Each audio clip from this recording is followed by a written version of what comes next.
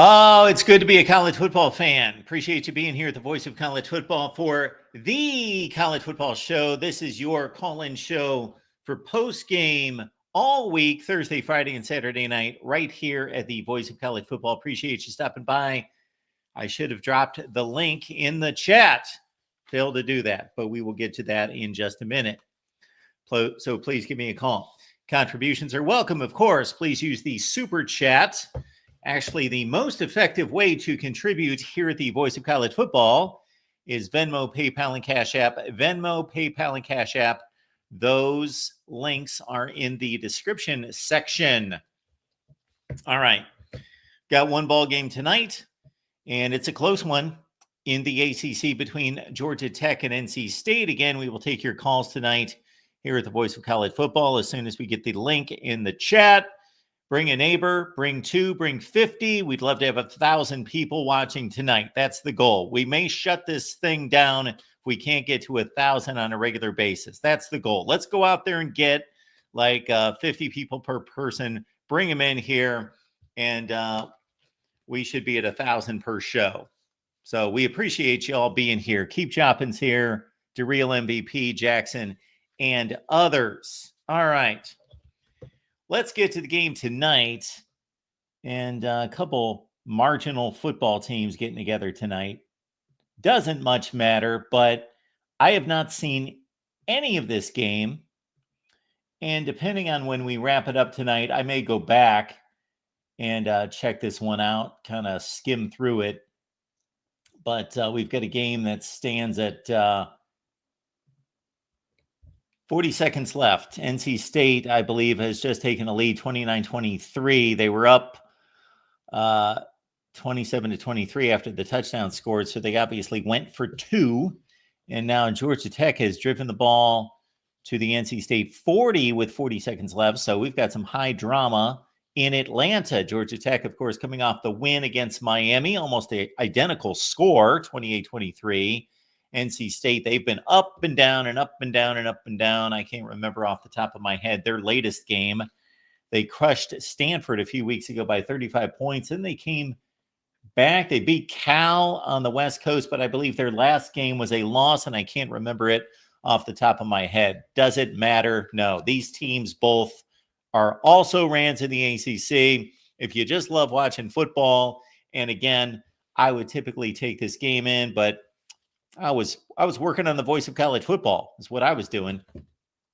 So I did not see one play of this game, and we will wait and see what happens with Georgia Tech's drive, probably shuttling back and forth with quarterbacks. We see that the last play, Aaron Philo was the starting quarterback or the quarterback in for the play to Jamal Haynes. So that's how Georgia Tech beat Miami. They had the two quarterback system going with Aaron Philo, the freshman, and then, of course, Haynes King, the guy that most of us are familiar with as being the running quarterback, although Haynes King did fire 27 touchdowns last season, but it was effective against Miami. I don't necessarily believe in that being effective most of the time, but against Miami last weekend, it was effective, and it wasn't like they even brought in these quarterbacks and let them play a series. They were just back and forth, back and forth, back and forth. And I don't think they had any clue when they would be yanked because there was no rhyme or reason to it. There was a reason to it because they typically have Philo in to throw the ball and King in to run the ball. All right. Let's get the call-in link out there, and we're just going to run through the schedule. Otherwise, and I don't think we'll do this in season because, of course, the games are being played and we want to hear from everybody out there. But we're going to shake some things up here. And one thing we're going to do once the season's over, I think we'll do this. Again, I don't want to limit phone calls while we're in season, but I think we'll start a show a week where we do nothing but take new callers. Nobody else calling, just new calls. And again, we would like to get back to a phone line to give you the option of the StreamYard link or the phone line. because we would love to see your shining face and so forth. But at the same time, we know that some of you, it's much easier for you to call the phone line. But again, I think we'll start that up after the season. We'll do a first-time caller show, and depending on how that goes, maybe we do that once per week. All right, let's get to it here. We got Michigan Man on the line. Hey, man, I think Michigan about to take over this recruiting business, man. Yeah, that's what I hear, but I've heard Michigan fans flapping their gums about all sorts of things for decades, and very rarely does it take hold. So anytime it involves recruiting these days with NIL and with the transfer portal, you cannot sell me on anybody taking over. Well, I know that they're throwing a big party over on the Michigan channel right now, but most five-star quarterbacks don't necessarily work out. Well, let me put this in perspective of what's going on with NIL in Michigan. All right. So Phil Knight, right? He has a net worth of $33 billion. He pretty much funds their NIL program, right? Yes. Well, the guy that is currently that wrote the check for Bryce Underwood and is doing all the startups for NIL with Michigan, along with some other people, is the fourth richest man in the world, worth $233 billion. I'll repeat that. The fourth richest man in the world is the guy that wrote the check for Bryce Underwood and is forming these current NIL programs for Michigan. So I'll tell you, Mark, it's about to be scary hours out here for recruiting, because I don't know how these other schools are going to compete if we got someone like that. Well, the first thing that comes to mind for me is that if some dude's worth $230 billion, I'm not saying that this isn't happening, because I certainly hope it is. I would hope that his priorities would be in terms of like feeding some people. That would be a better thing to do with his money. So hopefully he's doing that. I don't disagree. $233 billion. He can do both. I'm not saying that he's not. And so I'm not a critic, and I'm not knocking the guy. But anytime I hear about people that are worth that kind of money and they're throwing it away on a bunch of 17-year-olds, I think, well, the rumor is maybe a few people. If I can feed 50 or 100 people or whatever it is per month on my measly I guess then I would hope somebody like that is doing. I agree. Good. I agree, but I guess what the rumor is. We're talking about football here. I don't know what to tell you, but we've heard all sorts of things that are similar, and I just want to see it take hold. We'll see. Yeah, so I agree, but here's the thing, man, and this is what I'm hearing is, I guess he's got a new wife or something like that, and she's like she went to school in Michigan or something. And when you got a woman in your life, man, she wants something, all logic goes out the window, my guy. And his name's I think his name's Larry Ellis, something like that. He's the CEO of Oracle, worth $233 billion. I'm just saying, man, if they start getting this kind of money rolling in, there's not a school in the country that can compete. But we'll wait and see, man. Because it's not. I'll tell you this: it's not going to start with Bryce Underwood. They're already talking about this class might end up with 4 to 5 stars, because they're talking their communication with the 5-star offensive tackle now at Alabama. They're with a couple 5-star wide receivers. Stewart, a 5-star defensive lineman. I mean, this. Mark, they thought we was in the ashes. No, we the Phoenix. We rising out of the ashes now. But here's the thing, though. The coach is bad. I don't know on the field. I'm I was just about to say that our coach is not that good, so I don't know if it matters. The problem is part of the solution, but it's never been the complete solution. Yeah, I agree, man. Look, our coach still got to prove himself, because you could have all the best ingredients in the world. If you're a bad chef, you can't make it taste good, right?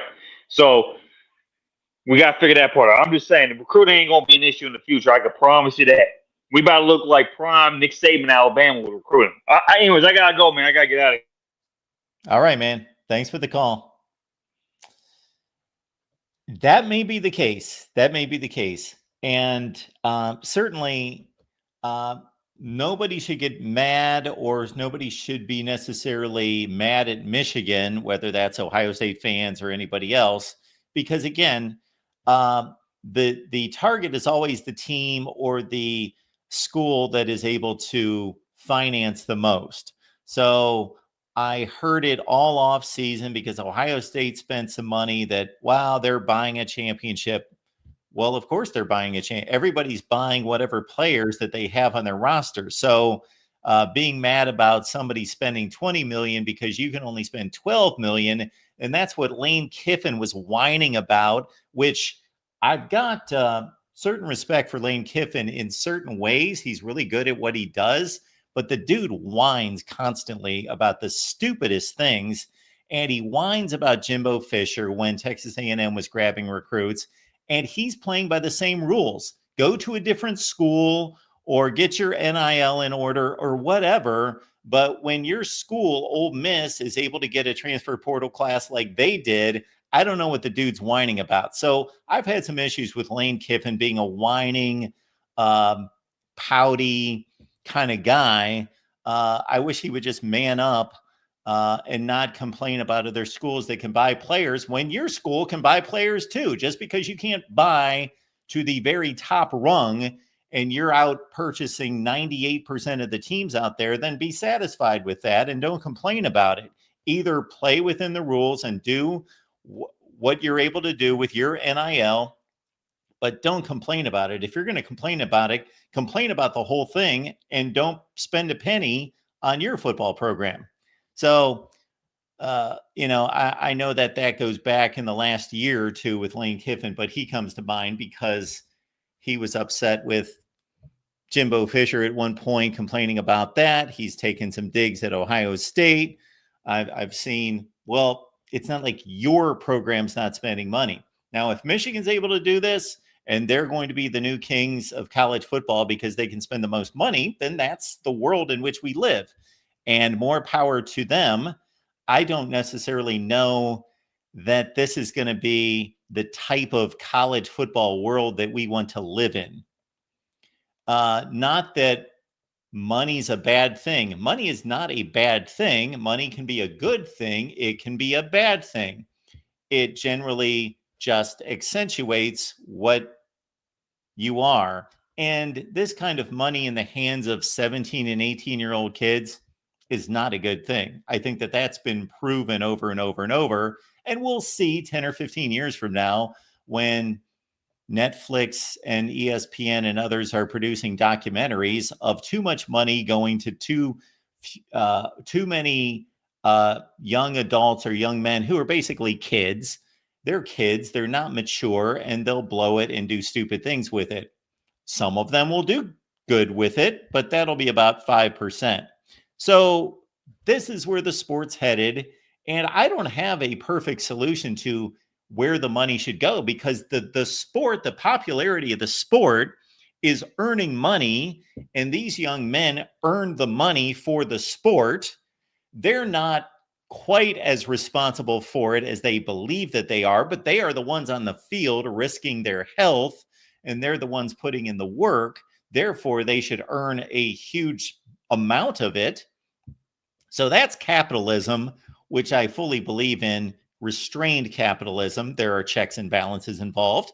So I am fully on board with capitalism and that they should earn from this, but it's not ultimately good for the individuals. Believe me, it is not good for 17 and 18-year-olds to be paid millions of dollars. This is I guarantee that this is not a good outcome for most of them throughout the course of their life. It may seem like it on the surface, but time will tell and eternity will tell that I don't think it's a good place for them to be. They can't handle it.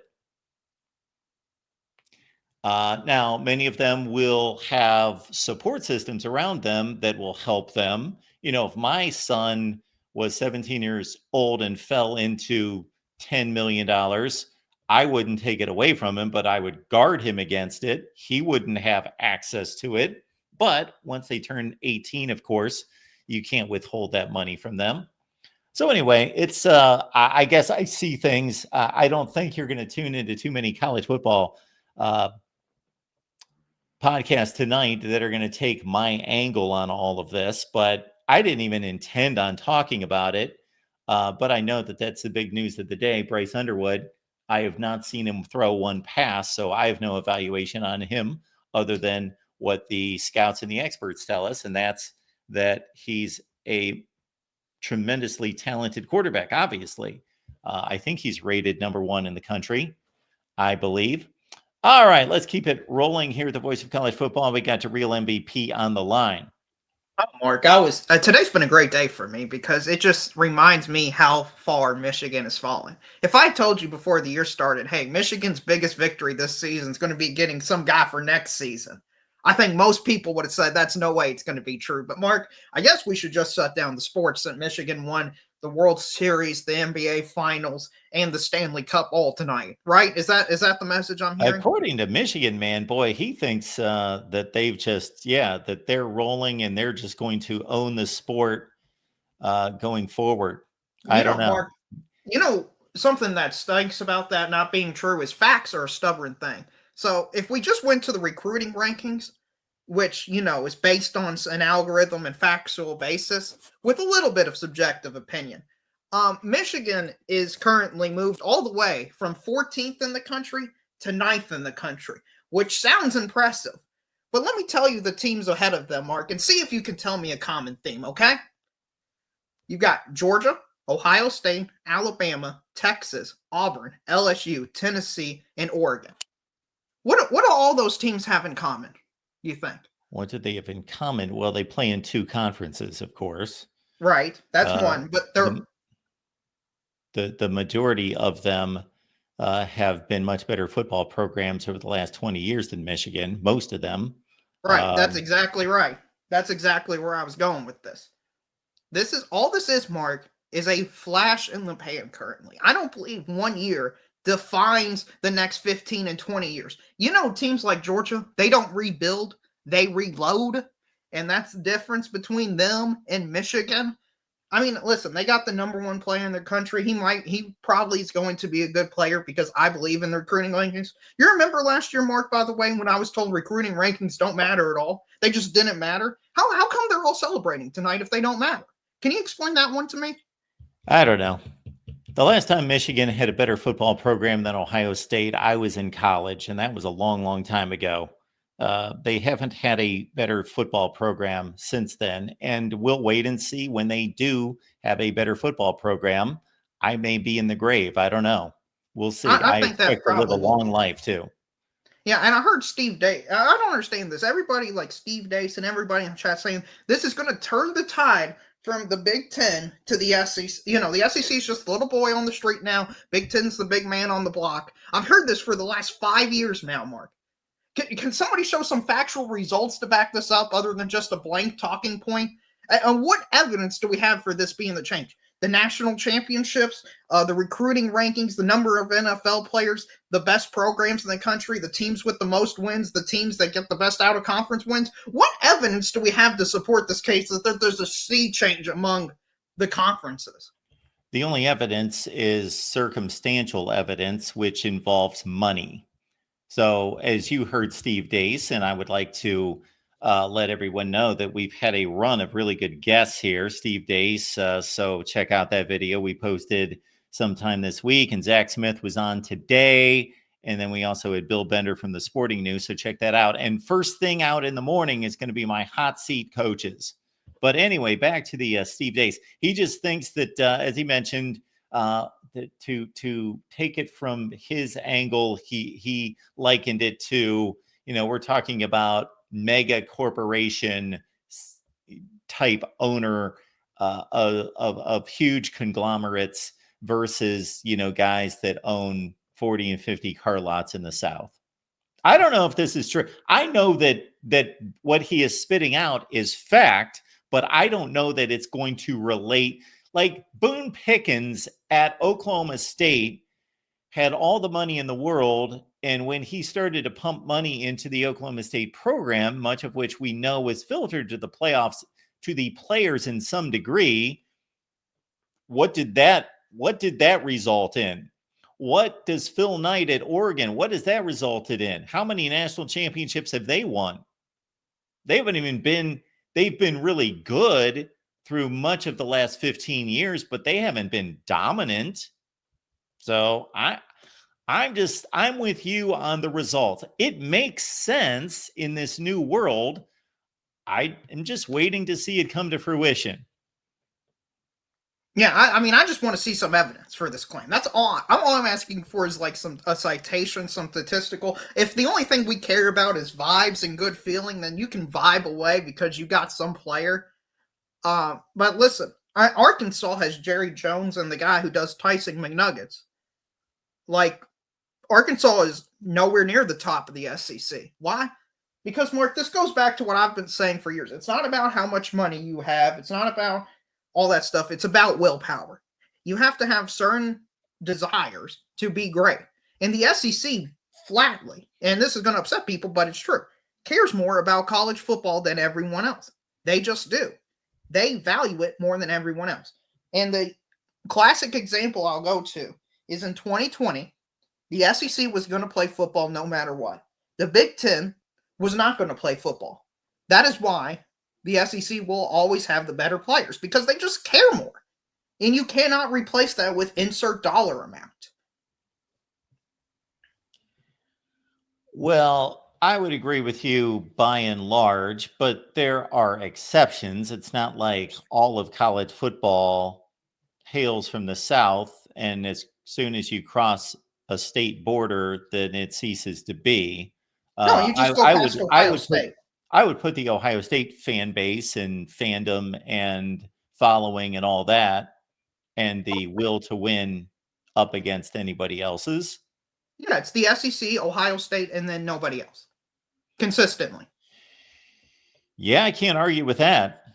I don't think anybody in the chat that's got a reasonable angle on this can argue with that. Yes, over the last 20 some years, aside from we're talking about consistently winning. Right, consistently being good. This is what it's about. Anybody can just nowadays go pluck Michigan up, win had a one, remarkable and go back year to last year. They've won 3 consecutive Big Ten championships. That's obviously ended, but they won 3 consecutive Big Ten championships. So they had a nice 3-year run. But yeah, consistently, meaning 10 years in a row, 15 years plus. Yes, the SEC and Ohio State. And if you want to throw Pete Carroll's USC in there for about 7 or 8 years, throw them in there. Yeah, I would think Clemson's teams from the early yes, to mid. Yes, Clemson, absolutely. Yeah, yes. Has a stronger argument than any Michigan team recently. But I just like to see these things played out on. I like the results. The more we talk about this, I'm sorry to cut you off. The more we talk about this in these terms, how many people we're going to get fired up. Oh, that's fine. They can get fired up. I care about results on the field. I care about winning, which is why if you look at the college football rankings and stuff, that's why I'm happy every SEC team would be on the road, Mark. What is Big Ten man going to say when we go to Indiana, Notre Dame, and Penn State and we win? Do you watch any Josh Pate, Mark? No. So he had FanDuel run the lines of these games. Yeah. I know everybody thinks the SEC just has a grand conspiracy against everyone else, but the SEC would be favored in every single hypothetical matchup as of right now by 1.5 points. When you say hypothetical matchup, you're talking about the ones that are based on last week's rankings that came out? Yes. And what games are we talking about? Alabama, Notre Dame, Georgia, Penn State, and Ole Miss versus Indiana. And the SEC is only a 1.5 point favorite in those games? That is correct. Ohio State, by the way, 21 point favorites over BYU. Anyone think that 5-12 game is going to be interesting still? Yeah, that's the 5-12. Nice. And where are these games going to be? They're all going to be played in northern campuses, correct? Yes, Penn State, Indiana, and Blooming, South Bend, Indiana. Well, I actually thought when you started on that you were going to throw some decisive point spreads at me. No. It's not going to be decisive, Mark, because those are actually quality teams, and you get 3 points for being on the road. It's Sure. not like the SEC is significantly, like a few years ago, better than everyone else, but there's a clear gap between the SEC and everyone else, not because of the top this year, just because of the depth. I mean, the 7th or 8th best team in the SEC could legitimately win the ACC or Big 12 this year. And Sure. if you don't believe me, look how South Carolina's been playing over the last month and ask if your team wants to play them.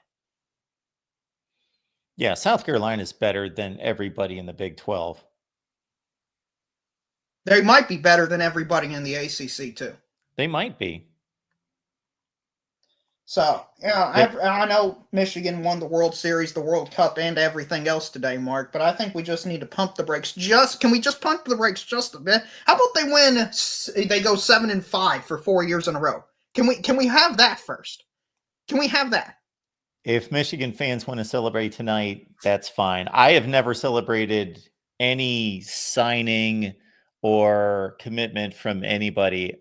It just doesn't matter to me. It's just like when I hear that Ohio State just got another 5-star cornerback and they've got like 3 of the top 6 cornerbacks I don't care. That's fine. Okay, great. I want to see him play. Let him play. I'll see you in 3 years when you're a sophomore. I don't get excited about that. And I'm not raining on anyone's parade that gets excited about commitments from recruits. But the day that I get excited about some 17-year-old committing to some school to play football, check me for my life balance and my priorities and my perspective on things, because I don't care. It makes no difference to me. The reason I believe you are like this is largely because your team's going to get good players. Your team's going to be top 3 in recruiting unless something terrible happens. And let's be honest, Michigan, not that team, Mark. They're just not that team. They're the Auburn of the SEC, where once in a decade they'll look good and then they'll go back to being irrelevant. That's who they are. And you got to celebrate your small wins in life, and that's what they're doing. So instead of being 6-6, they'll be 8-4, 9-3. Assuming this player is placed to his rating. I mean, one guy, Mark, is not going to make you from 6-6 to 17-0, no matter how good he is. And Sharon Moore is still the head coach, correct? He is the head coach, and I expect him to be back next year. I think they're going to ride this right through, this recruiting momentum, and I don't think they want to cut ties with a guy that obviously, regardless of what the attachment is to him or the reasoning that he has anything to do with this, which I got to believe is minimal, they're still obviously committing to a coach. So I think they have put their stake down that he's going to be the coach for 2025. Okay, so I will almost assuredly say they will lose one football game because of his clock management / bad play calling / bad decisions. I can almost guarantee that, Mark, because he is just not that good of a coach. Hopefully that's the last weekend of November next year. Maybe. This is the type of comments I like from Stephen Cherry. SEC losing its grip and Darrell is mad about it. So just explain how we're losing our grip. Somebody just explain what metric you're using, what data point you're using, because there is none. Somebody just explain it. Also, Mark, with the playoff rankings and that, everybody claims it's SEC bias and all that stuff. Who's the athletic director for the playoffs? Well, he's Mr. Ward Manuel. So I'm guessing he's the AD of Alabama? Yes, we know better than that. Okay. Well, my point is, why does the AD of Michigan have an SEC bias? Can you explain that one to me? Yeah, well, I don't know how much he controls that room. Oh, but they did vote for him to be the committee chair. He's the guy. That seems like the strangest thing to me. Again, we brought that up this week. That must have been with our guy Bill Bender. No, it was today with Zach Smith as well. That just the oddity of his school, his football program that he is in charge of, he is ultimately responsible for, is still under NCAA investigation. And this is at the same time that he gets awarded and appointed to run the college football playoff committee. It is the stupidest move I can imagine. Dumb, moronic. I cannot be more emphatic on how stupid a move that was, and that there are more qualified, better people. Even Michigan fans don't like the guy. Like, and I know I am not involved in the situation. I just watch Michigan football. I can evaluate the coaching staff. I can evaluate the players. Have no idea what's going on within the administration or the higher levels of the athletics department. I'm hearing this from Michigan fans. They can't stand him. Dace doesn't like him. Nobody I hear likes the guy, thinks he's doing a good job. So they probably agree with my assessment that it was this, even just from and I'm not even talking from a PR standpoint, but include that as well. And it's just this stupid move to make. I would love to know who pulled the trigger, who was the origin of that thought, of that idea to name him to the committee to be the chairman, and then who approved that. Those people are morons. I completely agree, because it leads to all these conspiracy theories that the playoff committee is somehow quote-unquote rigged or quote-unquote corrupt because they chose a bad person to lead it. You know, they're all humans. They all make mistakes. We can't agree with their rankings because there isn't a perfect list. But that doesn't, you know, Mark, the conference that has the best results on the field is going to be ranked higher than the other conferences. And until another conference has better results, then they're not going to be ranked higher. Hopefully that makes sense to everybody, but it doesn't seem like it. It seems like people believe that the Big Ten went out and beat every SEC team by 21 points. They would still be ranked below the SEC team. How about just win a few games against the SEC? How about just do that? Just beat us. Right now, I'm not saying that it's valid, but 4 of the top 5 teams in the country are from the Big Ten. That is correct. And that's also goes into why there shouldn't be any SEC bias in these rankings. But Mark, you know, facts are an odd thing for, I think, the people arguing for SEC bias for these rankings. How much do you think the snow is going to impact these playoff games? Do you think if there's 2 inches of snow, the SEC players' shoes are just going to go in reverse? I know that some of the greatest players in the history of the NFL hail from the South and played for northern teams. So I think they can acclimate. Now, whether they acclimate instantly, I don't know. Also, let's understand. So there was so much talk when the Pac-12 schools joined the Big Ten and weather. How much weather have any of those teams played in, USC, UCLA, this football season? None. They haven't played in any bad weather.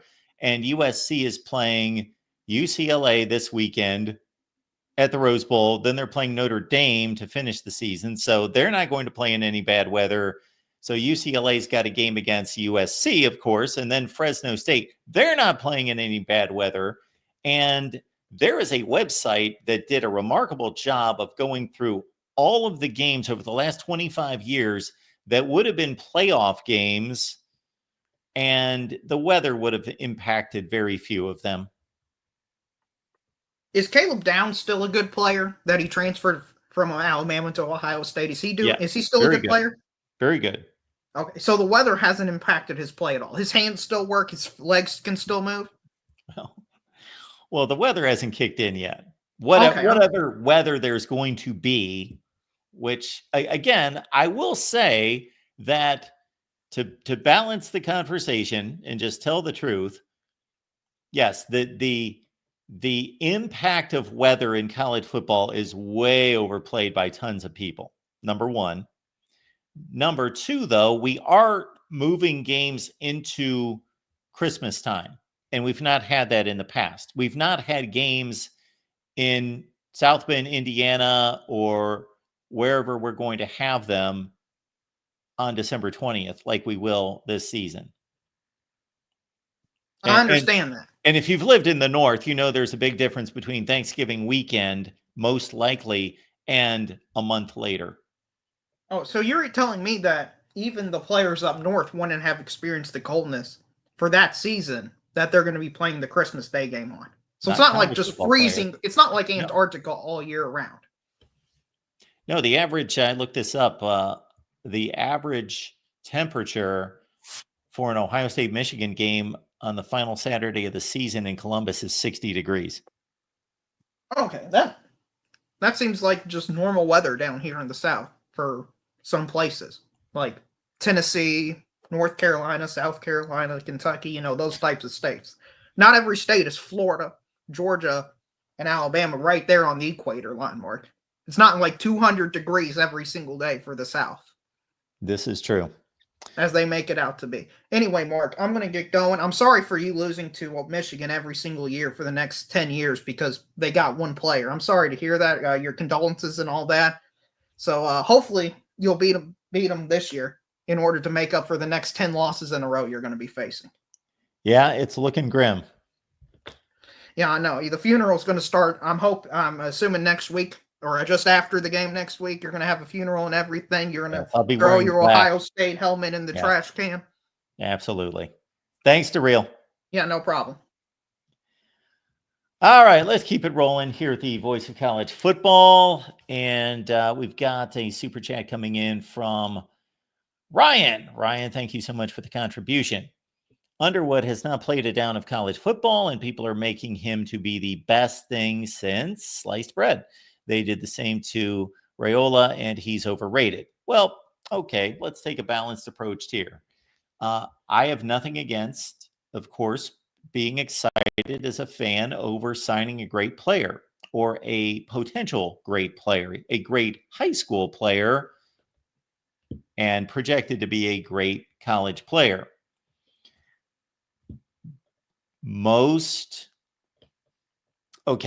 The likelihood that a 5-star is going to be a great player in college and move on to the NFL is significantly higher than a 4-star, which is significantly higher than a 3-star. And I will argue that with anyone, and it's a short argument because it's been proven statistically. We're talking about 40-some% of 5-stars play in the NFL, 10 or 12% of 4-stars, and about 3% of 3-stars play in the NFL. Okay, so get excited. There is reason to be excited, but there is no guarantee that he's going to be good quarterback, bad quarterback, great quarter. That we don't know. We don't know. We know that there is a higher probability that he's going to be a great player in college than a quarterback that's selected and rated 15 spots lower. So we know that that there's a greater likelihood. In terms of Dylan Raiola, I would only say that, yeah, he's not a great player right now. That I don't know that he's overrated. He's only played 10 college football games. If he's still playing at this level 2 years from now, then I will say, yeah, he was overrated because he's an average at best Big Ten quarterback. At best, he's a lower end Big Ten quarterback right now, but he's a freshman, just a baby. He can get better. So I'd hold off on the overrated part of that. Yes, I would hold off because I don't think anyone is currently rating him as some great college football player. He's not, and we all know it.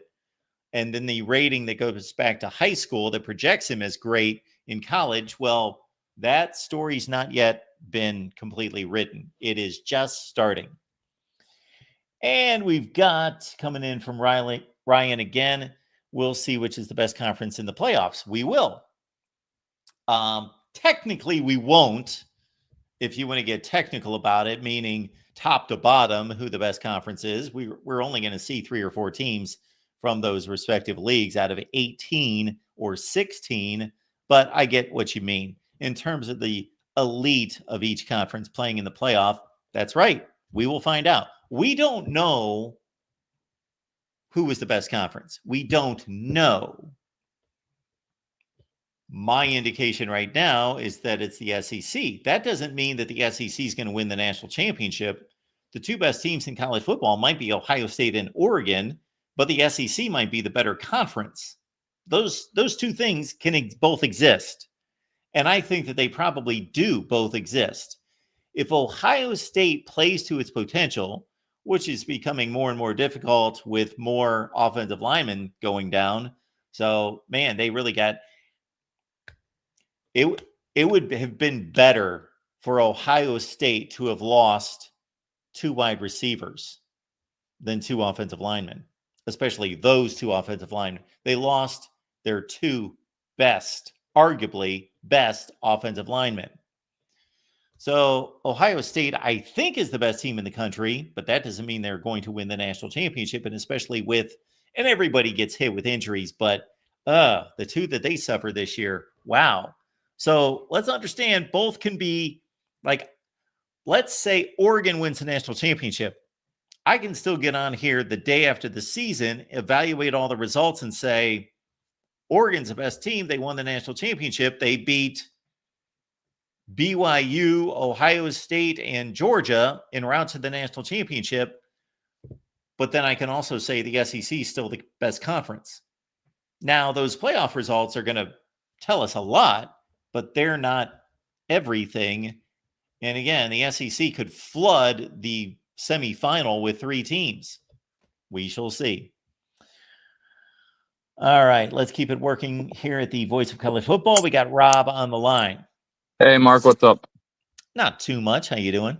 Hey, good. I want to touch the playoff thing real quick, and then I want to talk about the Georgia Tech game. But yeah, for the playoffs, I think what DeReal brought up was the SEC teams being favored. Yeah, they probably would be.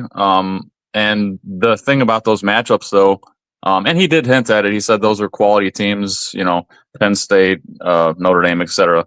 I would love to see those matchups, and I think any of those teams, even like Ole Miss, even though I think they are probably on average better than the northern teams that they'd be going up against. I think if they play to their floor, they will definitely lose those games. Like if Alabama plays the way they did against Vanderbilt, they're going to lose to Penn State or Notre Dame or whoever. But then again, yeah, Notre Dame plays like they did against NIU, they're going to lose to anyone. I just can't wait to see these playoff matchups. These are going to be some fun games. I love these kind of teams that you don't see play each other very often. And yeah, going to the Michigan man thing, look, yeah, I don't think I would be happy if my college spent $10 million on a 17-year-old that we don't have any idea what he's going to be. Like, that's a lot of money. And if he ends up being a bust or just decides to go elsewhere, like look at, was it Quinn Ewers, going to Ohio State and then taking off. I mean, you don't know what someone's going to do. Like, that's a lot of money to spend on I don't know. I mean, I think you could spend your money better. And even then, I mean, it's okay to be excited, but this isn't like all of a sudden Michigan is becoming the juggernaut of college football. Like, that's $10 million on one young kid that we have no idea what they're going to do. Well, apparently, based on the first phone call, they're going to be prepared to do this just all over the place. Right. Yeah, they're going to spend $10 million on offensive linemen, on receivers. Every single time they want, a pick, they're going to spend $10 million. That's not happening. And anybody that thinks that's going to happen, I got bad news for you. And to your first point, regardless of how much money somebody has, I'm guessing, I can't say this for sure, everyone's different, but I'm guessing that you're going to grow tired of throwing $10 million at an individual who does not come through. And there are going to be, all you have to do is look at the recruiting rankings, pull up the recruiting rankings for any particular year, and look at the number of players that you've never heard of, or unless you're a big recruiting guy, that you haven't heard of from 2015, let's say, because they were busts.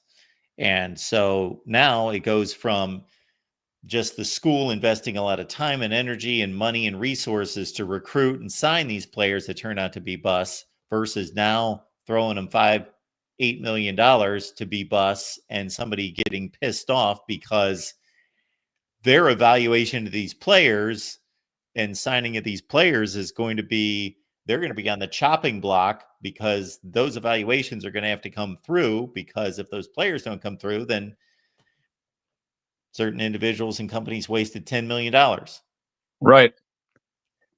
Yeah, it's to me the money thing is always like, yeah, like you said earlier, money is it's a key, or it's a part of the equation. It's not the complete, solution. It's just one thing that you can do to help yourself get better. But you need infrastructure, you need culture, you need good coaching. You need to get the right players. I mean, there's a lot that goes into recruiting more than just throwing $10 million at somebody and hoping for the best. But it's one of those things where it doesn't guarantee anything, but in this new world, it's necessary. You have to have some. Right. Yeah, I mean, and kind of what you said earlier too. I don't know that we want to be in a place where a blue blood or these bigger programs can just buy the best players and kind of like do it out in the open, because we all knew what was going on in the past. All the big schools, they could spend more money, they could do the McDonald's bags, whatever. It was a little more underhanded back then. Now it's just out in the open, and it's almost even a little worse feeling now when that happens to me. It's like, I don't know, man. I don't think NIL. The Pandora's box is opened, and I don't know that we can get it back. I mean, it's never going to go back, No. So it is what it is. It's the world we live in now. We just have to deal with it. But so did you watch the game, or did you have that Georgia Tech game on at all? I did not. I did not see one play. Oh, so I was kind of just, doing some other stuff, and I threw the game on in the fourth quarter. It was like 16-14. Georgia Tech was up. And within that and that was like with 7 minutes to go. Within the last part of that quarter, the score ended up being 30-29. Some really crazy play. It was a fun game to watch, that especially the fourth quarter there. I am amazed that Georgia Tech pulled it off. They got the 30-29 victory. They were gained. NC State got more yards. They got run all over. NC State rushed for 253 yards. First downs were pretty similar. Both teams had the same amount of punts, 5 punts. But yeah, Georgia Tech almost did everything they could to lose that game, including throwing an interception like right at the as they're about to score a touchdown in that fourth quarter, and they somehow still pulled it off. It was an entertaining game. But NC State, man, I don't know. It's just that team is a bit of a mess right now. Yeah, again, if we don't go too long tonight, I'll probably go back and rip through it. But yeah, statistically, very close, 400 to 391, just like it was on the scoreboard. Yeah. It was a fun ending. I think the coaching. I thought Georgia Tech was going to lose for sure, because there was like 2 minutes left. They had Haynes King come in, and you could feel the momentum going in NC State's favor. And then Haynes King tries to go for, they try to get the first down, and they miss it. And then Georgia Tech punts. And I'm like, oh, man, the way that everything was going NC State's way at that point in the game, I'm like, they're going to lose this game.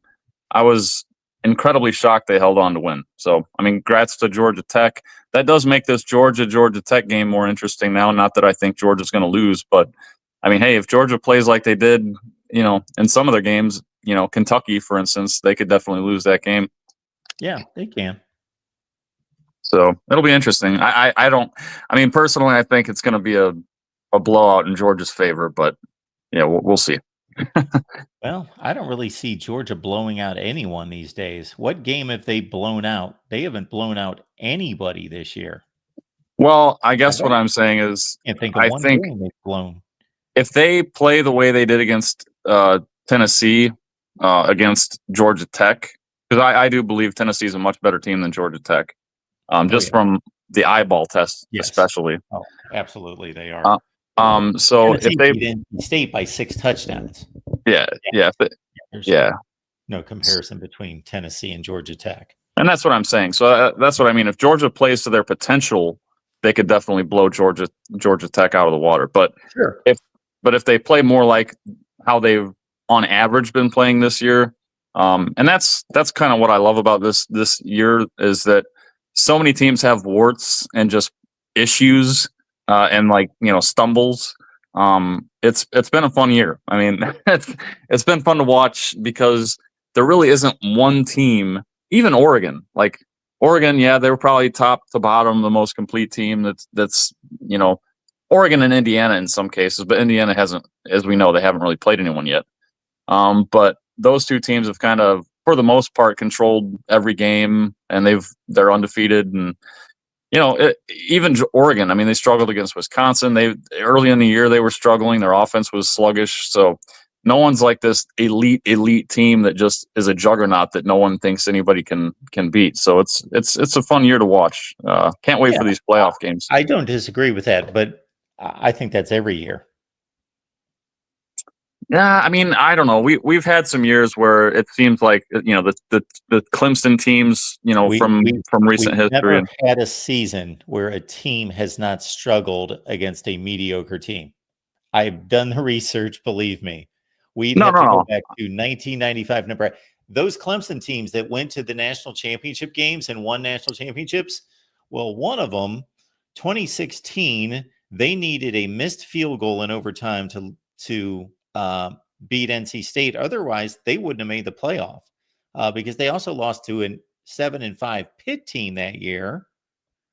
We could go through I'm just telling you, I've done the research, and there is, because I've wanted to prove this point, because people have shown up and said, nobody's dominant this year. This team's struggling, that team's struggling, and all these national championship contending teams are struggling. Well, that happens every year. It does, but my point is the eye test on a lot of these teams, like Oregon, to me has just looked, because when we talk about like multiple games, I mean, Oregon's, I guess their best game obviously is that Ohio State game, and that was a good game. Like that was a fun game to watch. That was a good game. But aside from that, nobody's looked that, like, I guess what I'm talking about is ceilings. Like, what is your ceiling? I'm a big believer in team ceilings. And we've seen ceilings of these teams in the past that just look so much higher to me than any team this year. That's just my personal opinion. But no, I get your point. I just don't think it necessarily bears out to the nth degree. Right. Well, yeah, and that's what's good about college football, and we can all have our own ideas and opinions, and it'd be boring if we all had the same ideas and opinions, because then we'd all be rooting for the same team. That's exactly right. But yeah, I just thought I'd point out that Georgia Tech game to you, because you might want to check out that fourth quarter. It was pretty entertaining if you like college football. So, of course, that's why we're here. Yep. Thanks, Rob. All right, no problem. Talk to you later. Yeah, basically, when it comes to these Thursday and Friday games, I'm thinking, okay, do I watch this game for 3 hours? Because obviously we set this up as a post game, but how many people are going to call me about the Georgia Tech NC State game? Not that I don't watch these games just for the love of the game, because that's why I do. That's why I'm here. Certainly not here for other monetary reasons. I'm here because I love the sport first and foremost. So, yeah, there'd be much better things to do otherwise. But we're also trying to build this network. So I'm working on all that business all night, and just thought, it's Georgia Tech and NC State, instead of wasting 3 hours of my time watching this game that I would enjoy watching, because I love watching football. I'll watch anyone play football. I'll just work on the business. If it turns out to be a good game, I'll go back to it. I can still, and I've gotten hooked on, especially on Saturdays, not sitting there and watching a complete game for 3.5 hours, because that's kind of a waste of time when you're doing what I'm doing, trying to watch as much football as possible. I zip. And what annoys me about YouTube TV is that they're so inconsistent, where sometimes they'll let you start the game at the beginning and other times they won't. And I can't figure out why. So sometimes my intent, like Florida LSU, didn't watch a play of that game, because by the time I got to that game, it was sometime in the second half, and YouTube TV wouldn't let me start it at the beginning, and it would let me start other games at the beginning. So I ended up watching other games start to finish, and I can whip through these games in like an hour, hour and a half, watch every play, even listen to some analysis. So that's kind of my take on these. And so I'll probably watch this Georgia Tech NC State game, unless you guys keep me on here. We are running out of time unless you guys want to crank up some incentive to stay on. So we'll stay on about 5 more minutes. Let's whip through these last 3. We got Michael on the line. Michael, go. Hey, Mark, how you doing, sir? Doing well. What's going on? I won't keep you long because I know you're busy and stuff like No, that. you're fine. You're I had fine. $100. I'm here for you. Right now to keep you going, but I don't. Anyway, I was just talking about this with a couple of people in the chat. Yeah, I use strength and schedules. Not been the best, but if you give Alabama, whoa. It's not been the best, or it sucks. it sucks. Okay, thank you. Go. It sucks as bad as Purdue football. Are you happy now? Well, Purdue's actually played Ohio State and Oregon. Yeah. Anyway, I And digress. who else? Penn State. Yeah. I would love if Indiana had Purdue's schedule. Yeah. And Purdue, this is what's funny. We are arguing about Indiana being in the playoff. And hey, we'll find out on Saturday how good they are. Although I would love to have multiple data points because they could luck into a Nebraska kind of effort against Ohio State and really not be that good. But they've played well. Again, I am fully, if anybody's out there thinking I'm an Indiana hater, I am not. They can't control their conference schedule. This is the point. I replied to a few comments today because people are, well, they can't control their schedule. They can't control their conference schedule. Look at Purdue. Purdue's out there playing Notre Dame and Oregon State in the non-conference. Who's Indiana playing? No one. Exactly. Crap teams. Complete garbage. That's not Kurt Signetti's fault now. Of course, he wasn't around to schedule those games, but Indiana should be completely embarrassed and ashamed of who they scheduled in the non-conference. Yeah. It's just pathetic. Sure. But let me ask you this. Alabama, Georgia, Tennessee. You give them IU schedule. Will people be bitching about it? No. You're right. You are right. They've got a brand name. Give Ohio State Indiana's schedule. And there would be some people that would bring it up, but nobody would question because there's a difference. And you know what, Mark, maybe we could do this more on depth on Saturday after the game. But maybe we could do it after the game Saturday, but take a look at IU's schedule for next year. We'll do that in the offseason. Why would we want to look at their schedule next year? Well, because you're going to be just as surprised. And I'll leave it at that. How good it is? How tough it is? Oh, tough, really? You think this schedule was easy for them this year? Their schedule can't get much easier. Oh, yeah, it can. The only way it could get easier is take Ohio State off the schedule and replace them with Illinois or somebody. Yep, you'll see. But anyway, I got to ask you this. Indiana's defense. You're just baiting me, Michael, aren't you? No. You just want me to look at the schedule. Mark, no, sir. No, sir. But you take Indiana's defense, put them on any other team right now. And how elite do you think those teams would be? Like maybe in Oregon or Ohio State, Alabama. Do you think they would literally be non-stoppable? If Ohio State had Indiana's defense? Yes. Well, Ohio State doesn't want Indiana's defense because they're not as good. Oregon doesn't want their defense. And Indiana's defense has played rather well this year, but they're not in that class. Because I think, aren't they in like the top 10 in most defensive categories? Yeah. I don't know. They are. They're like 14th in total defense, I believe, is the last I looked at it. But yeah, they're in the top 10 in most categories. But man, I don't know. If the best offense they have played this year is Washington. Yeah. I don't even think it's that close. I think they're by far the best offense they've played. Michigan State is mistake prone. Michigan sucks on offense. They're horrible. I think it's Washington. Who else have they played that's any good on offense? Rutgers, they suck. They didn't play Rutgers this year. Rutgers. I'm thinking of the Maryland Rutgers game last week. Maryland's got some weapons. They've got a decent offense. So there's probably the second best offense they've played. Yeah, well, I see you pulled it up, so you might as well go through the rest of it quickly. So, okay, this is disgusting. This is unbelievable. I'm not talking about. I agree with you about the non-conference. I'm saying look at the conference schedule for next year. you couldn't try to schedule 3 worse teams. Like, I don't even know how to address that. You can't because this was probably done 2 or 3 years ago, if it not doesn't longer. matter if it was done in 1890. Those 3 schools suck at football, and they always have, and they always will. Like, it doesn't matter when you. It's not like we scheduled Louisville and they had a down year. Like, you're playing in the Big Ten. Oh, yeah. Anyone that I could possibly get a hold of that has anything to do with Indiana football. This is embarrassing. It's pathetic.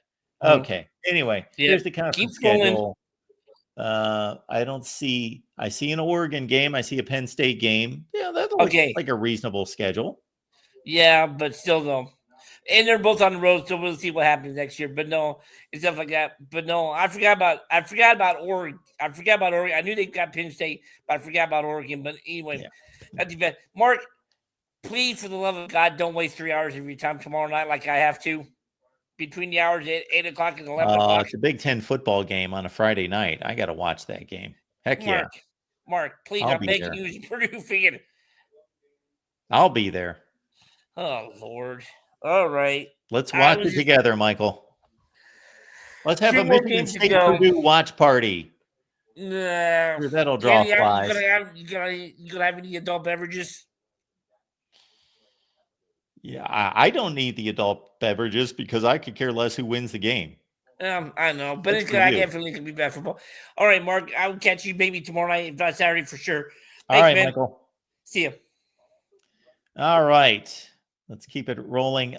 We got a lot of promotions to get through here. We give you people way too much content. My goodness. I saw a study on this where ESPN during their heyday, during a typical hour, I don't remember the numbers exactly, during the typical hour of Sports Center, they would give you like 5 minutes of promotions and like 55 minutes. No, obviously you had commercial breaks. So like out of 45 minutes, you get 40 minutes of content and like 5 minutes of promotional. And then by like 2015, let's say when I'm at ESPN, we got a study on that, and it was almost equal. You got promotions shoved down your throats like half the time compared to the content. It was almost equal. Half content, half telling you that the Flyers Blackhawks game is going to be on Thursday night. And then you shouldn't miss First Take or whatever their stupid shows are that are horrendous. That network, I don't think, has put on a decent show since that Colin Cowherd, what's her name? Michelle Beadle. That was a really good show. I enjoyed that one. I don't remember what it's called. But yeah, the rest of these debate shows that they went to are just unwatchable. All right. Steve Day's conversation, check it out. We've got that video. We've got Zach Smith. We released that today. Bill Bender, he's joining me every Wednesday. So every Wednesday, you're going to see the Bill Bender Sporting News conversation. Those are great conversations on college football. If you love college football and you don't want all this other crap that people are talking about, just college football analysis, it doesn't get too much better than me, Steve Dace, me, Bill Bender, me, Zach Smith. There you go. And then we got a hot seat coaches deal coming out. You are going to see on our network, and if you don't see this, then these other hosts aren't doing their jobs, and I'm going to get rid of them. Just kidding. I'll scold them. If they're not telling you about our Ole Miss channel for like the next 3 weeks, nonstop, we're going to shove it down your throat. We've got an Ole Miss channel. We got a great Ole Miss show every Wednesday at 2 p.m. Eastern time. So get on over to the Ole Miss channel. Please subscribe. Even if you hate Ole Miss, could care less about Ole Miss, you're a Big Ten fan that hates the SEC, doesn't matter. Please subscribe. When you push us past 1,000 subs, then you can unsubscribe. There you go. So please do that for the voice of college football. And if I'm not seeing more Ole Miss talk than anything, I'm not talking about football talk. I'm talking about promotional talk. We got Leanne Herring and Ruby Dreher and myself for as long as they'll have me. Hopefully they're going to cut loose and do the show themselves here pretty soon. But I'm along for the ride at this point. The three of us do the Wednesday show, the Ole Miss show. So please check it out. Ole Miss, Wednesday, 2 p.m. Eastern time. And again, please subscribe to the Ole Miss channel. And then you got, and this is, again, I'm breaking all sorts of rules because we tell our other hosts to break up the promos. So do like a lot of content, then boom, a promo. But this is all of them right here. We're doing them all in a row. Then we're going to whip through these calls and be off here in like 3 minutes, unless we have incentive to stay on. Disputed National Champions. I'm not going to tell you anything more about this book, at least not tonight. It's a fun read. It's a fun book. I can just about guarantee if you don't like this book, then you hate college football. That's what it comes down to. If you don't like this book, you hate college football. I so much guarantee that you will like this book that if you don't, you hate college football. It's either you love college football and you're going to love this book, or you must hate college football. Because it's a great read. I'm just going to tell you. That's all there is to it. Disputed National Champions. Look it up on Amazon or go to the link in the description section down below and pick that up. Disputed National Champions. Anything else, Mark? Amazon links in the description section of all the videos. When you shop on Amazon, please use the link that we provide.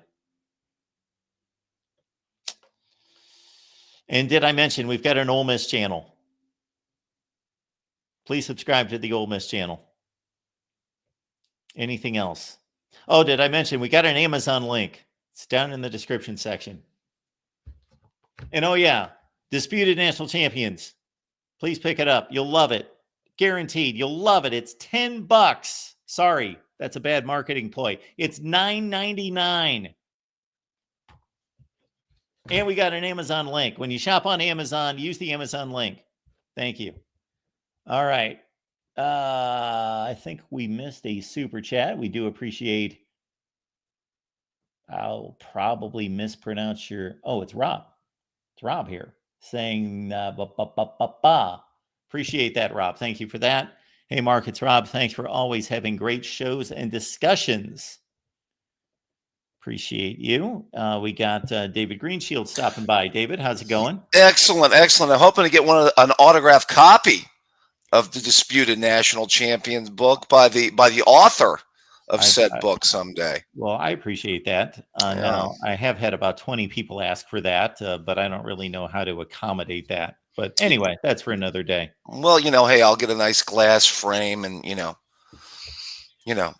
to have something to, I'm sure it's going to be worth something someday too. So, Well, it's worth something now. It's worth $10. That's true. Well, I mean, you're right. The Mark Rogers autograph only adds more. That's all I'm saying, Yeah, sure it does. All right. Hey, you know what? I guess, what it takes to, excite a fan base that's going 6-6 is spend $20 million on a high school quarterback. Huh, Mark? Is that all it takes to get through it? Yeah. But recruiting, Matt, does not matter. Recruiting rankings do not matter. No, recruiting, schmooting. Who cares about that? Just spend $20 million on a quarterback that we don't know is going to be good. And you know what? That'll get us through a 6-6 season. We develop 3 stars to be champions. That's right. That's the process. What are they doing? Yeah. Well, those who come will get $20 million now. Is that going to be their new motto? Hey, whatever helps them through, I'm an Ohio State fan. I don't know about 6-6 seasons. So, that's just me. So, I digress. In any case, I did want to talk about the playoff because I didn't get a chance to talk to you about it the other night. Got a question for you. I don't know if you've already broached this subject. Is there a case that Notre Dame should be ranked higher than Penn State? And is it a good one? Oh, yes, there's a case. And Brian Driscoll of Irish Breakdown and I waged a war on that a few weeks ago. Okay. And but Notre Dame's case is becoming more and more and weaker than it actually was at the time that I addressed it, because I stuck up for Penn State because, first of all, you start with this egregious loss. Of course, the losses aren't even in the same Right. universe. Right. So let's start there. Notre Dame's wins, Texas A&M, fine. Mm-hmm. Very solid win. Excellent win. Much better than anything. Well, let's not go crazy on much better. Right. One game in the standings better than Illinois, who's 7-3. Texas A&M's 8-2. So, okay, one game better. That Louisville win, wasn't that the second best Notre Dame win? It's not looking so good now. Mark, you said you might take Louisville over Illinois on a neutral field, though. Yeah, but what I think about who would win a game, that's not how I evaluate these teams. I evaluate them on what they've done. Okay, but you see where I was going with what I'm saying. I mean, Sure. Well, right I'm not now. saying it's invalid what you just said. Yeah, you're Okay. using my own words against me, but that's not how it's like I've got Indiana number 2 in the country in my rankings. I don't think they're the second best team in the country. I think they're about the 15th best team in the country. Okay. I mean, I hear what you're saying, but you had made the case that you might take Louisville over Illinois. Illinois right now could be Penn State's biggest victory or best win. Yeah, that's their best win right now. Yeah. And if Notre Dame beats Army, an undefeated Army this week, that gives them 3 wins that could be better than anything Penn State has. Yeah. Still, Penn State played maybe the best team in the country and had the ball at the 1-yard line to tie the game. Yeah. Notre Dame lost to Northern Illinois, who, in looking at this week's games, lost again to another crappy 100th in the country MAC team to run their record to like 6-5. I hear you. I mean, it's an argument, but I've always thought you took the view of you value quality. Well, who you play and then quality victories. Well, I value data points, so they all count. The only thing that I don't like, Brian was arguing with me the other night, like he was taking the Kent State game as an example that Tennessee beat them by 71 and Penn State only beat them by 56, and I'm like, really? Really, we're evaluating a 56-point win versus that to me is completely inconsequential. You both ran them out of the stadium. It doesn't matter if it's 71 or 56. Those are the data points that are kind of stupid. Everything else needs to be evaluated. Agreed. Let me ask you about the gap between the Big Ten and the SEC.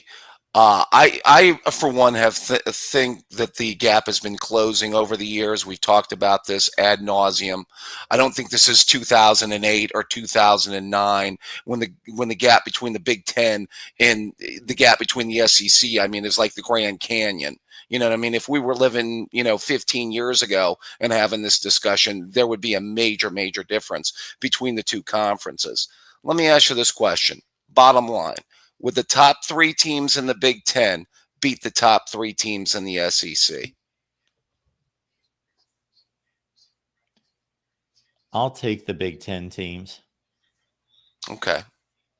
Slightly. I'm not super confident in that statement, but I have a lot of confidence in Ohio State, and I've got fairly strong confidence in Oregon. And then I guess Penn State's going to play. And the SEC, see, the thing is that the SEC teams could be, you are going to select those 3 teams for the Big Ten, and everyone in this conversation is going to select those 3 teams. There might be an outlier that says throw Indiana in there, but we're going to take Ohio State, Oregon, and Penn State versus in the SEC. Well, that's the depth of the conference is better. The depth of the conference is better. Yes, that is correct. Nobody is denying that. That's why I phrased the question the way I phrased the question. Yeah. And remember the statement that I had made about the SEC earlier is that the high end of the SEC is, you don't say that those high end SEC teams like you used to see. Like, listen, people complained about 2011 years ago. I honestly thought the BCS got it right that year. Those were the two best teams in the country. Everybody hated it, but that was a year where they clearly had the two best teams in the country. Okay, so who are the three best teams in the SEC that are going to play those three teams in the Big Ten? Well, I would say right now, in my own view, the top four teams in the SEC are going to be in no specific order. Alabama, Georgia, Texas, and Ole Miss. Okay, so those four teams are going to play Indiana, Penn State, Ohio State, and Oregon? No, I said that. Well, remember, I said the top three. I know you changed it Right. from 3 to 4. I'm trying Right. to keep up. Well, what I'm saying is any combination of those four teams, maybe five teams with Okay, give me Tennessee. 3 teams. Okay, the top three teams in the SEC, in my opinion, are going to be Alabama, Georgia, and I would say Ole Miss. Okay, while I just took the Big Ten teams, who in the world's going to be surprised if the SEC teams won 3 straight or 2 out of 3? Is that going to surprise anybody? No. No, and I didn't say it wouldn't surprise me. I said I would favor the Big Ten teams over the SEC if those were the matchups. Yeah, I'm flipping a lopsided coin to come to that determination. I don't have that much faith in Penn State and Oregon, or even Ohio State. Ohio State obviously could lose to all 3 of those teams. Well, the good news is we may go ahead and get these matchups. Yes. You know what I mean? See, this is what the early round playoff matches, you know what it basically gets us, Mark? It gets us like the Citrus Bowl, or, it gets us some of those SEC Big Ten matchups that we would have in bowl games as these early round games, because you could get like Penn State, Ole Miss, a rematch of the bowl game, maybe Alabama, Penn State. And then you could get like, I think Notre Dame also, some people think of Notre Dame as basically a Midwestern kind of Big Ten team anyway. And then they get a Southern school, and you get the North-South battles, which I think would be kind of what would be fun about the first round. Sure. Yeah, that's what I'm looking for. I'm looking for teams that normally don't play. Yeah, I mean, right now, my point is I do feel that the SEC is a deeper conference. You've made the point. The 4th, the 5th, the 6th, the 7th best teams are better. I just think that right now the high end of the Big Ten I would take it over the high end of the SEC right now. Yeah, it's a coin flip. Okay. For me, it's a coin flip. I'm not saying I've got the perfect perspective, but I thought you're backtracking a little bit. Sounds like you're backtracking a little bit, Mark. Backtracking on what?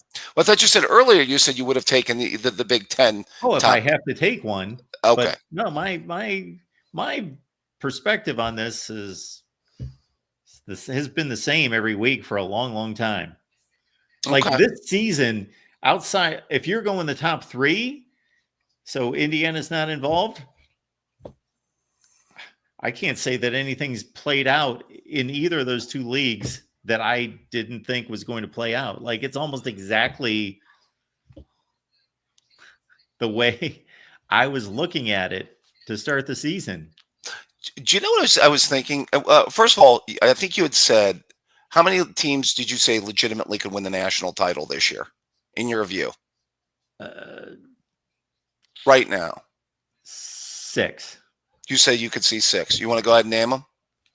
Ohio State, Oregon, Alabama, Georgia, Ole Miss, Texas. No Tennessee? Not quite. No. Not quite. Could you see Notre Dame? I don't see it. Okay. Maybe. I don't see it. I was telling a friend, this is the first time in college football and watching the NFL where I could maybe see more teams in college football winning the national championship than I could see teams in the NFL winning the Super Bowl. Okay. Think about that. Well, I can't think about it because I have no idea what's going on in the NFL. Well, I know you don't, but you would never say that in a typical college football season No. versus an NFL season. That's what I'm saying. No. And that's what I'm saying. The parity word might be here in college football, Mark. I would say that you would not have been able to say that in college football during the last 25 plus years. But if you go back into the 80s, the 70s, and the 80s, I would say you could say that in the NFL, entering some NFL seasons. Yeah. Yeah, well, that's when you had the more dynastic teams, though, Mark. You could say, who's going to win the Super Bowl? Oh, the Cowboys, the Steelers, the Raiders, or the Dolphins. Right. Some of those college football seasons in the 80s. You know what's interesting, Mark? Let me tie it together since we say the college football has become the NFL junior. Do you know when you really got parity in the NFL? Once you got the salary cap in free agency. Guess what you're getting in college football? You're getting NIL and you're getting the transfer portal. Guess what that may have given us in college football? Yes, you would get that in college football. Although that's when, if I'm fill in the blank blue blood program that's bringing in massive TV ratings, that's when I knock on the door of the Big Ten or the SEC and say, hang on just a second. So we're having to play under, we know that our boosters, our supporters will flood our coffers with more money than our competition, but we're not allowed to spend that. Mm-hmm. Therefore, how about giving us more TV revenue and give us what we earn? I'm surprised that with what's Florida State's throwing a fit about in court, I'm surprised that the likes of Ohio State and others don't do that in their leagues when they look at Northwestern making just as much money as they are. Sure. Well, I mean, what the dregs of the Big Ten feed off of the top teams, and they've been doing that for like 800 years, to a great extent. I think the real changes are what most people think are coming down the road, Mark, is that eventually they're going to have to make the athletes employees.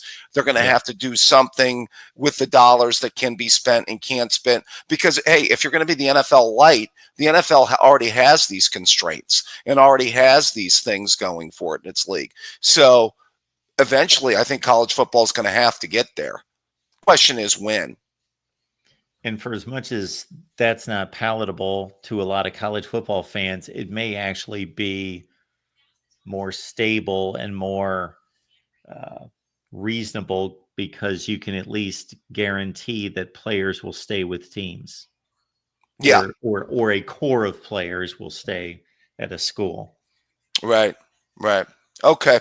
Well, I know you got to run. Good show tonight. Are you going to come back tomorrow with the Friday show for? Sure. What the heck? Oh, come on now.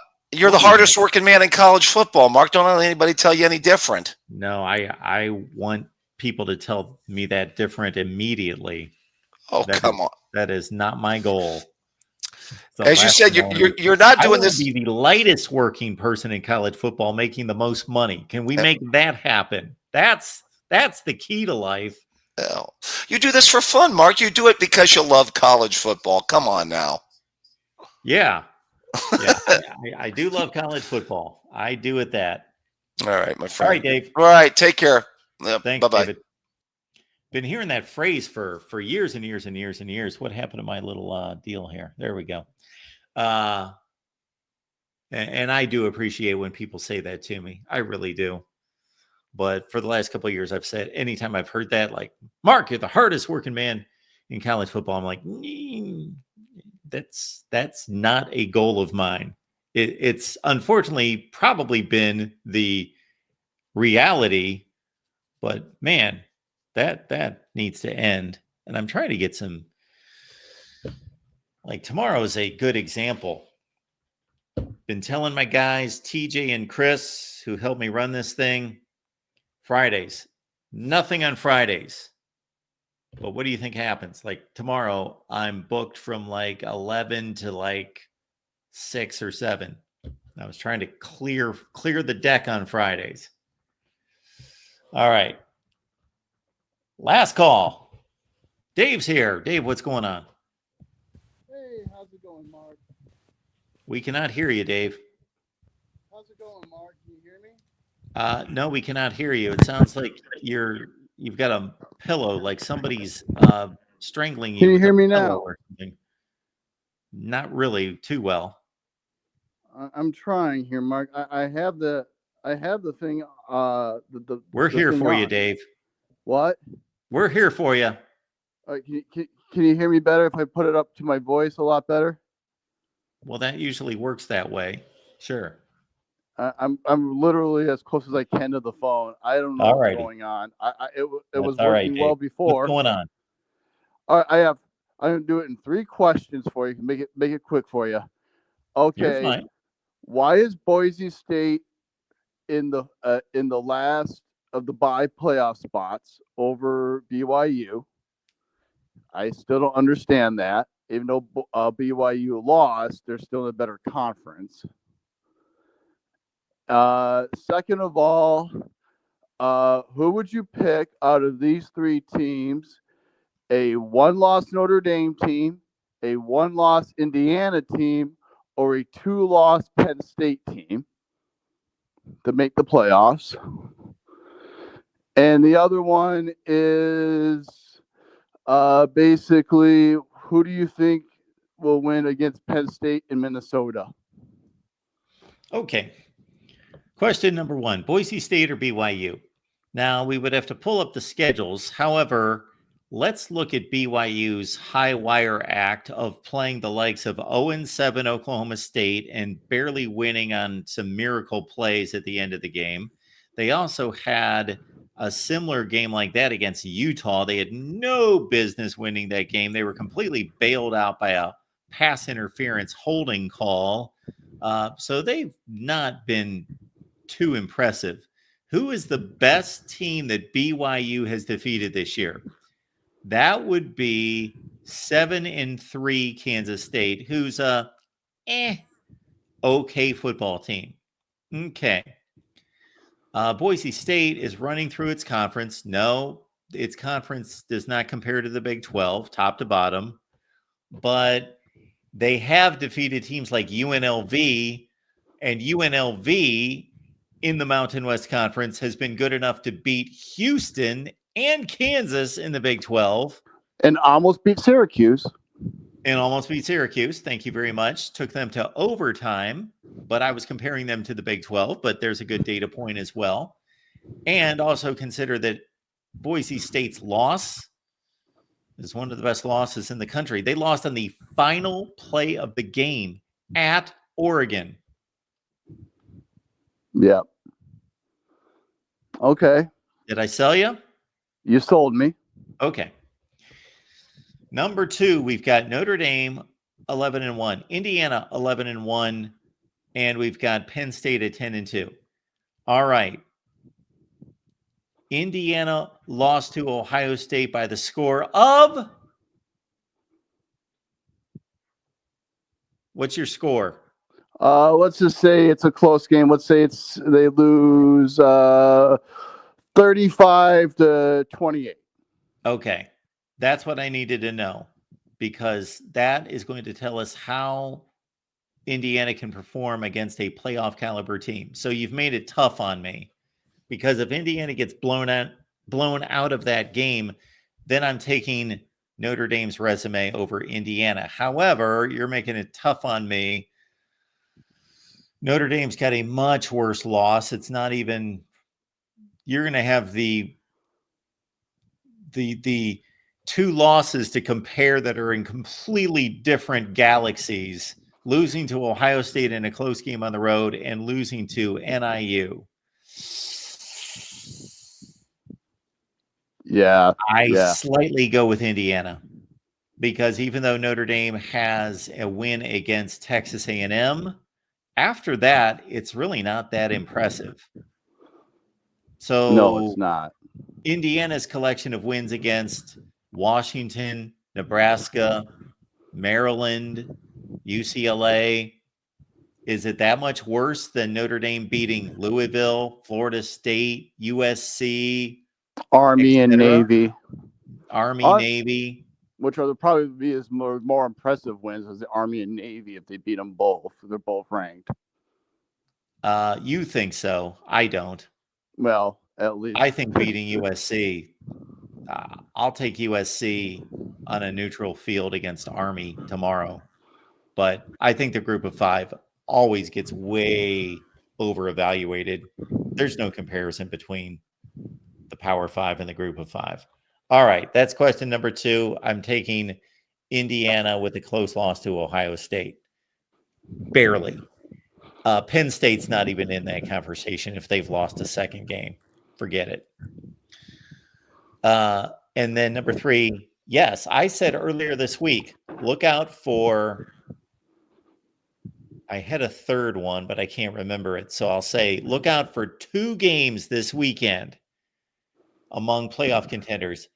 Texas A&M going to Auburn, playing at night against an Auburn team that has played a crappy season. But athletically, they're just as good as Texas A&M. So at Jordan-Hare Stadium, and I think Vegas agrees with me because Texas A&M is only a 2.5-point favorite on the road. Texas A&M taking on a 4-6 Auburn team. Look out. And the second game, and again, there was a third game there somewhere. But anyway, the other game I said look out for, Penn State going to Minnesota. That is no give me at all. Yeah. You know, I don't remember if I started calling into the show right around PJ's hiring or if it was the 2019 season. Yeah. I want to say it was slightly over PJ's hiring because I knew about you in about 2017. I think that's when you really, really started. You're a good And man, Dave. I will say this, Mark. I'm going to buy your book, and I'm going to put it right next to my other favorite college football announcer's book, Keith Jackson. Oh, well, you deserve to be right next to Keith Jackson. So let me clarify something here because Keith Jackson is the voice of college football. So the difference there is obviously Keith Jackson. That is pertaining to his pipes, like his actual voice. That obviously was the voice, the audible voice of college football for decades. When we talk about the voice of college football, first of all, some people say I'm the voice of college football. That's very nice. I don't necessarily mean it that way. It can be taken that way. That's where it came from, people telling me that. But it's all of us. It's all our voices. But it's more about opinion, meaning the voice, meaning our opinion, not our actual like baritone voices. It's about opinion. So that's the distinction there. But that's very nice of you to say, Dave. And I hope you enjoy it. I think you will. I think you'll like it. Hey, are you talking in the book? Do you talk about the 1960 national championship, which is a very controversial one? No. That was the year that we won. All about the 1990s, Dave. Sorry, there's nothing about Minnesota in this book. I hate to tell you. All right. I didn't know if you went through the whole entire history. Yeah, I did not write anything about Glenn Mason's Minnesota Golden Gophers going 7-5 repeatedly. No. Well, I would never talk about Glenn Mason's Golden Gophers. I would talk about, like, if I'm talking about the history of the Gophers, I'm going to go all the way back to Beardy. Well, I know that, but this is about the 90s. That's why I brought up Glenn Mason. All right. I actually ran into him not that long ago. Oh. About a couple of weeks back, I actually ran into him. Okay. He's still pretty healthy. He still looks pretty dang good. Very nice. But I will talk to you later, and this way you can now finally end your show. Have a nice day, Mark. Thanks, Dave. I appreciate it. Have a good night. Okay. Bye-bye.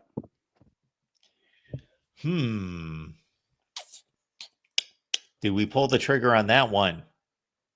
Find out on patreon.com as a member right there for the selections that you get from Steve Merrill with the Under the Radar selection and myself, Steve Dace, Matt Zemek, all our picks. So you get a 12-pack from Matt Zemek. You get a 12-pack from Steve Dace. I usually pick like 20-some games. And then you get the under the radar selection exclusive from Steve Merrill. And that's as a Patreon member at the premium level or right here on YouTube. And you may just, in fact, see me pick Minnesota to beat Penn State and Penn State out of the playoffs. I could see that happening. I absolutely could see that happening. Penn State does not pull away from anyone who's any good. No one.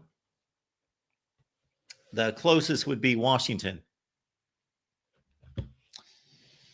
Minnesota beats Penn. There have been more double-digit upsets this season than there were already last season, all of last year. It's not, there have been over 20 double-digit upsets. We'll look at it tomorrow night. Tomorrow night, we're going through the schedule top to bottom for Saturday. And we will not want to pull you away from that scintillating Michigan State-Purdue game tomorrow night. So we'll probably be on after. But subscribe, hit the bell for the notifications to know when we go live. And take a page from Minnesota Dave, who let us know that this is going to be on his coffee table. So look it up on Amazon, Disputed National Champions, or you can find it. The link is in the description section of this video. It's easy to find right there. We appreciate you being here, the voice of college football. And I was a bit fired up tonight. I don't know why, but we appreciate you being here. And we will see you on Friday night